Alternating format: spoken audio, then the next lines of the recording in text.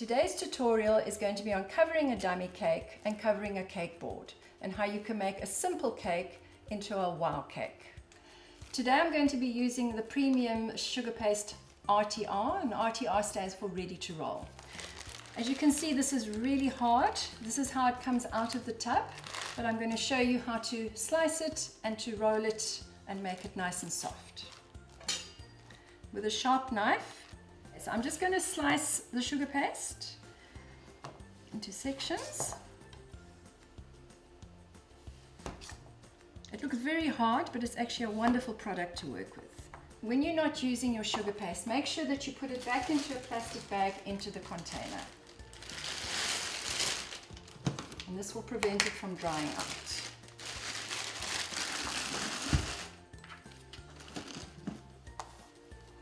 Okay, so all I'm going to do now is I'm just going to dice it.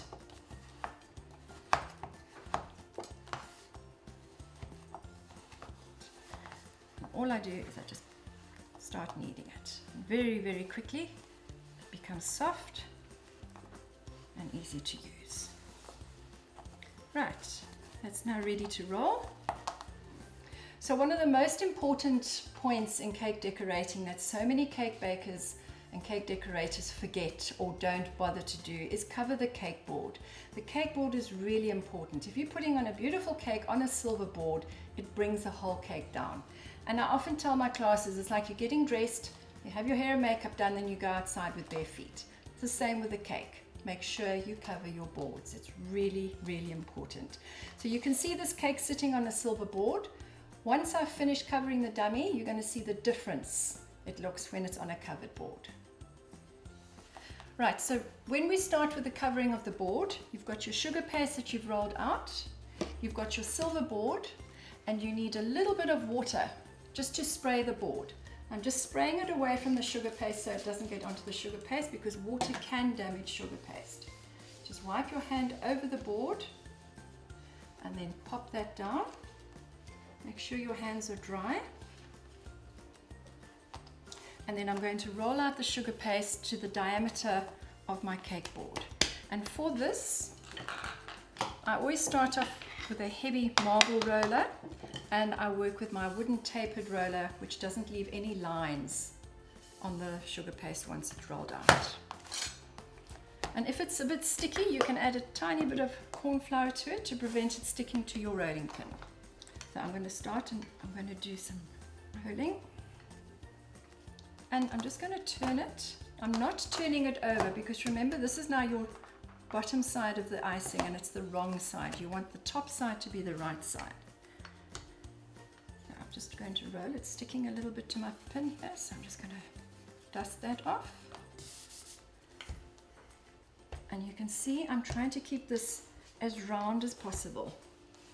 And as soon as I see the line starting to come here, and that's from the edge of my rolling pin, that's when I swap over to my tapered pin, because this one will roll nice and big. And I'm rolling with a lot of strength behind my arms here, and I'm pushing from the ground up as I'm rolling. And if you get any air bubbles in your icing while you're rolling, just gently pop them with a pin. Don't pop it all the way through. So if you've got a little pin there and you feel an air bubble, just gently prick it and work the air out. Just going to see if that's big enough. You can see that that's not big enough. Pick it up with your hands, flop it over, and pick it up and put it onto your board. Make sure that there's no air bubbles underneath.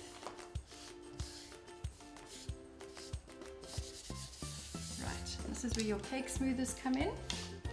I'm just going to pick this up and put it onto my cake turntable.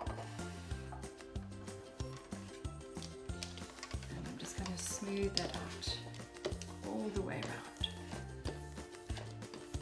Now, some of you might think this is a waste of icing. Trust me, it's not. Your client's spending a lot of money on their cakes, and you're spending a lot of time on your cake. Just take the effort and cover your cake boards. It makes a huge difference. So what I've done now is I've spread it all over the cake board, and you can see all this excess is hanging off. With your cake smoother, to get a nice cut edge, just firmly work around,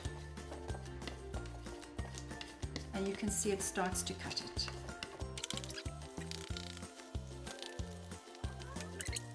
And you take your excess icing and immediately put it into some cling foil to prevent it from drying.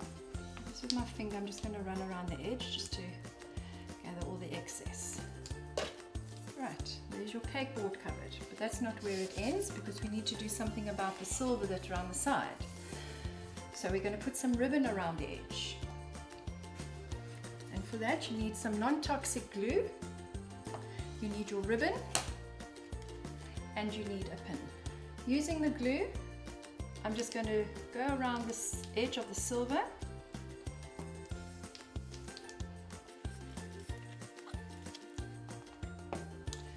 Take my ribbon and I'm going to place it,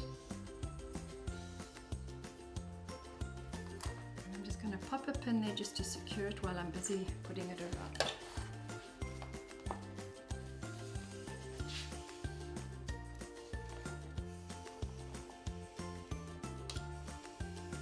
When I get to the back, I'm just going to snip it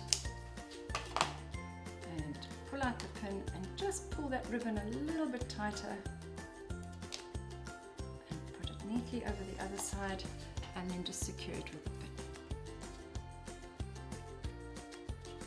Be careful with your hands that you don't damage the icing, because it's still very soft and it still needs to set. Usually I cover my boards a couple of days beforehand, just so that the boards are nice and firm, so that when I put my cakes on the board, the cake's not going to damage it. Finish it off nicely. Because it's still soft, I can still smooth it to the edge of the ribbon now, because the ribbon's sticking up a little bit. And that's covering a cake board. It's really quick, it's really easy, and it's worthwhile.